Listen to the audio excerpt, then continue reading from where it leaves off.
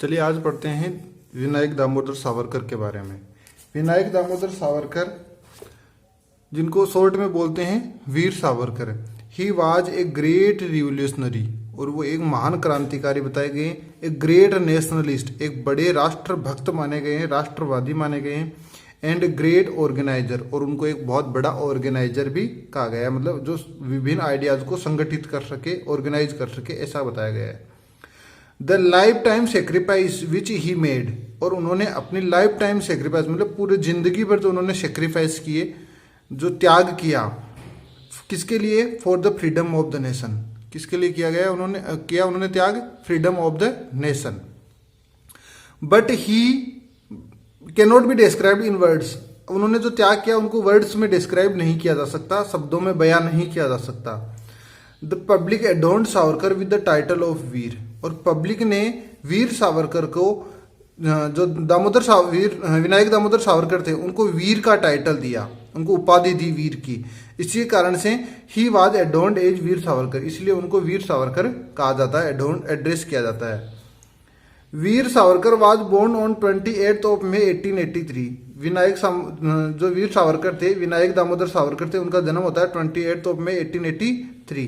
कहाँ पर? In Bhagur village in Maharashtra. In 1901 after passing the secondary examination, उन्होंने सेकेंडरी एग्जामिनेशन थी वो पास कब की थी? 1901 में। He got admission in Fergusson college, उनका एक एडमिशन था, वो कहाँ पर हो जाता है? फर्ग्यूसन कॉलेज में हो जाता है, पुणे। फर्ग्यूसन कॉलेज कहाँ पर है? पुणे में। Where he came in contact with Lokmanya Bal Gangadhar तिलक, जहाँ पर वो किसके संपर्क में आते हैं? लोकमान्य बाल गंगाधर तिलक के संपर्क में आते हैं। ये कुछ पिक्चर्स हैं विनायक दामोदर सावरकर की। इसके बाद में अपन आगे पढ़ते हैं। देखिए, during the partition of Bengal, Bengal के पार्टीशन के समय ही formed an organization named Mitra Mela, उन्होंने एक ऑर्गेनाइजेशन बनाया जिसका नाम था Mitra Mela. Along with his companions, अपने साथियों के साथ मिलकर। And he lit a bonfire of important clothes, और जो इम्पोर्टेंट क्लोथ्स थे, इंपोर्ट किए हुए जो क्लोथ्स थे, आयातित जो कपड़े थे, उनकी बोनफायर, उनकी आग जलाने का काम किया, उनकी होली जलाई। For this reason he was rusticated from the college, इसी कारण से उनको, जो उनकी कॉलेज थी फर्ग्यूसन कॉलेज, वहां से उनको रेस्ट्रिकेटेड किया गया।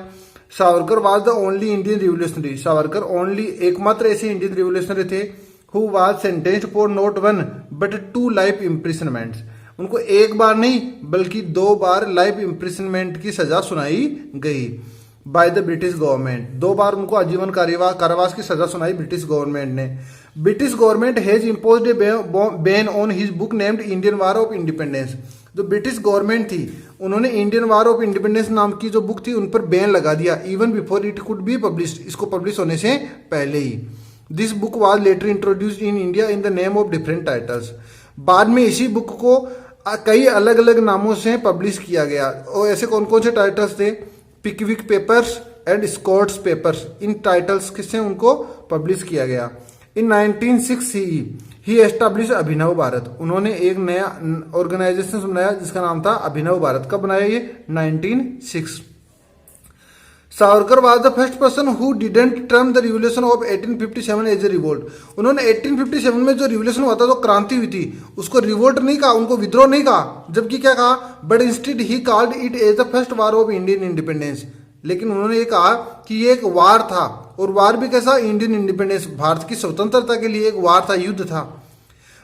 Savarkar spend a long time of his life in the cellular jail of Andaman, Andaman Nicobar and island से वहां पर एक जेल है जिसका नाम है सेल्यूलर जेल, तो वहां पर एक लंबा समय उन्होंने वहां पर बिताया। इस जेल में जो टाइम होता है उसको काला पानी की सजा बोलते हैं, तो उन्होंने एक लंबी काला पानी की सजा वहां पर स्पेंड की।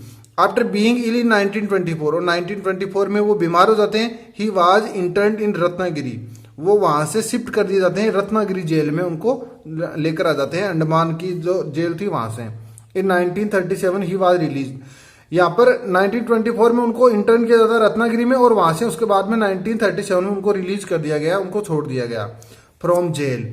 ही also made rigid efforts to avoid the partition of Bengal, उन्होंने कठोर कोशिश की बंगाल के पार्टीशन को अवॉइड करने के लिए, टालने के लिए, कि बंगाल का किसी भी प्रकार से इंडिया का जो पार्टीशन है वो नहीं हो। जो इंडिया का पार्टीशन होता है after the India got independence in 1947, India was partition into Pakistan and India, Vinayak Savarkar made a rigid efforts, उन्होंने खूब कोशिश की इसको अवॉइड करने के लिए, इसको टालने के लिए।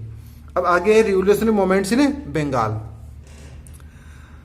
Paramnath Mitra also known as P Mitra, जो परमनाथ मित्र है उनको वाइडली अपन पी मित्र के नाम से जानते हैं। ही was A Bengali Indian barrister, वो के कहाँ के थे, बंगाली इंडियन बैरिस्टर थे, वकील थे, इंडिया के बंगाल नाम का पार्ट है वहाँ के। And he was Indian nationalist, और वो भारतीय राष्ट्रवादी थे, राष्ट्रभक्त थे। He started the revolutionary movement in Bengal, और उन्होंने अपने जो रिवोल्यूशनरी मूवमेंट थे वो कहाँ पर स्टार्ट किए थे, बंगाल में। बाय फॉर्मिंग एन ऑर्गेनाइजेशन, उन्होंने एक ऑर्गेनाइजेशन बनाया, एक संगठन बनाया, नेम्ड अनुशीलन समिति। कौन सा ऑर्गेनाइजेशन बनाया उन्होंने, अनुशीलन समिति के नाम से, इन 1902 CE। और ये जो ऑर्गेनाइजेशन बनाया अनुशीलन समिति, वो कब बनाया उन्होंने, 1902 CE में। Political renaissance arose in Bengal after its partition, जब बंगाल का पार्टीशन होता है 1905 में, उसके बाद में इंडिया जो बंगाल था वहां पर एक पॉलिटिकल रेनेसा आ जाता है। पॉलिटिकल रेनेसा का मतलब रहेगा एक राजनीतिक क्रांति आती है, राजनीति में एक सुधार आता है, रिफॉर्म्स आते हैं खूब सारे। Now the objective of this movement, अब जो ये जो मूवमेंट था, जो बंगाल के पार्टीशन के अगेंस्ट में जो मूवमेंट चल रहा था, उसका ऑब्जेक्टिव था was not just forcing the Britishers to take back the orders of partition. वो सिर्फ यही नहीं था कि जो ब्रिटिशर्स थे उनको अपना जो ऑर्डर था बंगाल पार्टीशन को, उसको वापस लेने का ही सिर्फ एकमात्र दबाव डालना नहीं था, but instead India getting India free, India को वो फ्री करवाना चाहते थे from the clutches of britisher की जो चंगुल में जो भारत फंसा हुआ था, उनकी क्लचेज से इंडिया को बाहर निकालना चाह रहे थे। In 1905 Indian revolutionary named Barindra Kumar Ghosh, 1905 में एक इंडियन रिवोल्यूशनरी थे जिनका नाम था Barindra Kumar Ghosh. He had written a book named Bhawani Mandir, तो जो भवानी मंदिर नाम की जो बुक थी वो किसने लिखी, बरिंदर कुमार घोष ने। And he gave detailed information, और उन्होंने पूरी डिटेल से इंफॉर्मेशन अवेलेबल करवाई about organizing various revolutionary activities. Revolutionary activities को ऑर्गेनाइज करने के लिए डिटेल्ड इंफॉर्मेशन अवेलेबल करवाई गई भवानी मंदिर नाम की बुक में, जो लिखी गई थी बरिंदर कुमार घोष के द्वारा।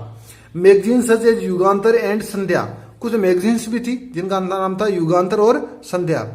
दे also started to publish anti British opinions, उन्होंने एंटी ब्रिटिश ओपिनियंस को पब्लिश करना शुरू कर दिया था इन देयर कंटेंट, अपने कंटेंट में। Another book named Mukti Kon पाथे, मुक्ति कौन पाथे के नाम से एक जो बुक थी।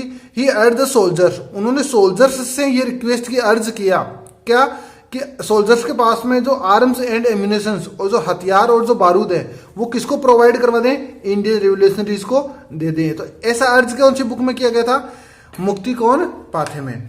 तो यह कंप्लीट होता है आपका contribution of revolutionary organisations in freedom movement में। इसके बाद में अपन स्टार्ट करेंगे पीजेंट मूवमेंट्स, कल से स्टार्ट अपन करेंगे नेक्स्ट पार्ट में। Okay, thank you.